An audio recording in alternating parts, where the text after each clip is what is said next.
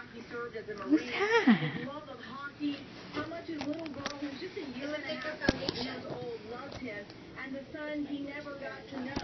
Oh, Nelly. So the shade I'm trying today is oh my God, Good question. I don't know.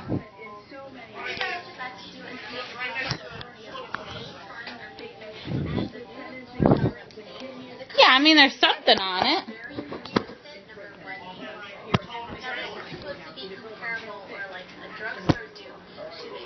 I'd have to get on.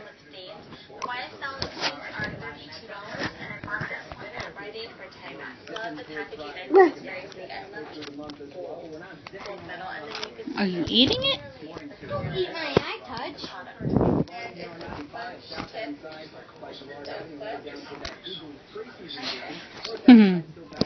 What's on there? What's on there? Yeah. Yeah. Oh. On your head?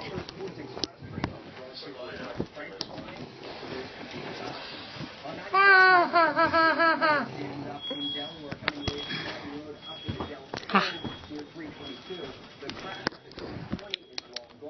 Hi guys, Alright, well, I'll get on and check it. today I'm going to try out Maybelline's new foundation. Hi. Foundation stick.